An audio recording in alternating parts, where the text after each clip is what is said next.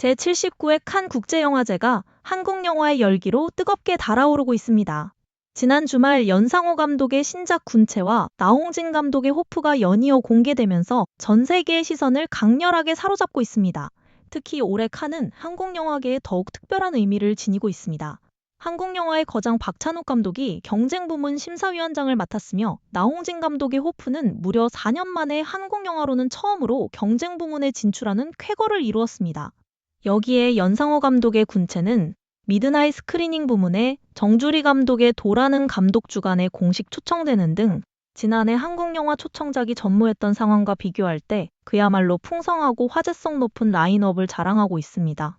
이처럼 칸 무대에 오른 연상호 감독과 나홍진 감독은 이번이 10년 만에 동반복귀라는 점에서 더욱 깊은 의미를 더합니다.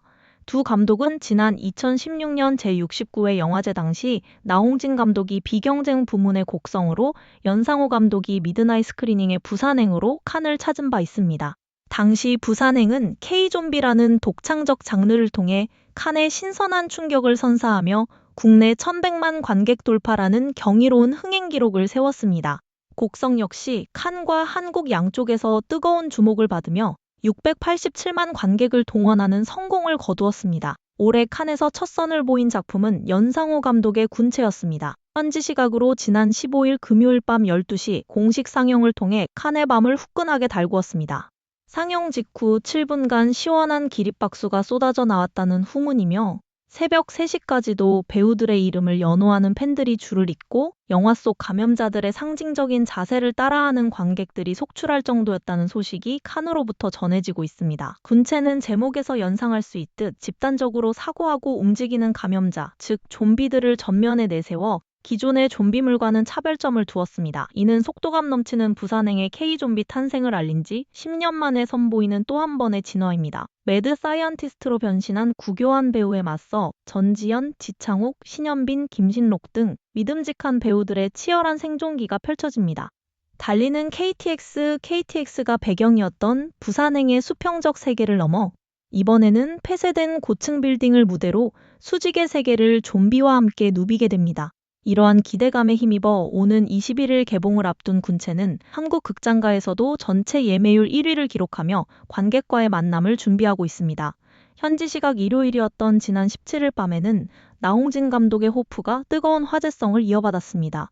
개성 넘치는 강렬한 작품 세계로 두터운 팬층을 거느린 나홍진 감독이 10년 만에 선보이는 신작에 대한 기대감은 실로 대단했습니다. 2시간 40분이라는 긴 상영 시간에도 불구하고 이탈자가 거의 없을 만큼 수많은 관객들이 이야기에 깊이 몰입했다고 전해집니다. 영화가 끝난 뒤에는 역시 7분여간의 열띤 기립박수가 쏟아져 나왔습니다. 호프에 대한 평가는 다소 엇갈리지만 압도적인 볼거리를 제공한다는 점에는 이견이 없는 것으로 보입니다. 특히 초반 3분의 1에 해당하는 대목은 이견이 없을 만큼 찬사가 쏟아지고 있으며 일부에서는 컴퓨터 그래픽 CGI 등이 아쉽다는 평도 눈에 띄었습니다.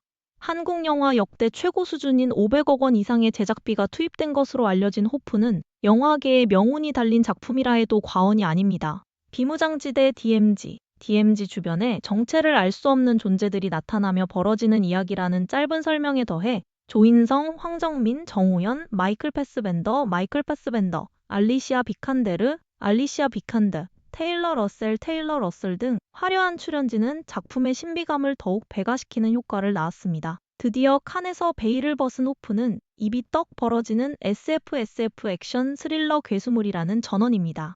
평이 엇갈린 컴퓨터 그래픽 CGI는 남은 기간 동안 얼마든지 개선되거나 수정될 수 있는 부분인 만큼 이 작품이 대체 어떤 모습으로 관객들 앞에 나타나게 될지 궁금증과 기대감을 더합니다. 수상 가능성이나 현지 분위기를 짐작할 수 있는 영화제 데일리의 평점은 상위권에 속합니다. 막 공개된 스크린 데일리의 평점은 4점 만점에 2.8점으로 현재까지 공개된 경쟁 부문 초청작 12편 가운데 공동 3위에 해당합니다. 현재까지 가장 높은 평점을 기록한 작품은 폴란드 파베우 파울리코프스키 감독의 파더랜드로 3.3점을 받았습니다.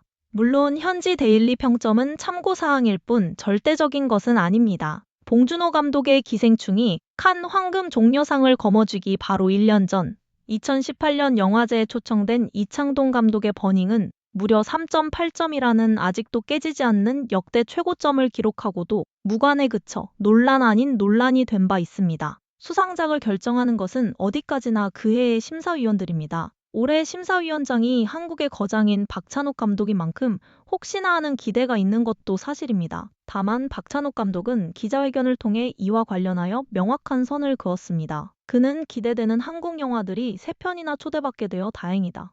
그러나 확실한 건 그렇다고 해서 제가 한국 영화에 더 점수를 주거나 하지는 않을 것이라며 전문가로서 작품들을 공정하게 평가하겠다는 원칙적인 답변을 내놓았습니다. 제79회 칸 국제영화제는 오는 23일까지 계속됩니다. 황금 종려상의 주인 역시 폐막과 함께 공개될 예정입니다. 지금까지 뉴스였습니다.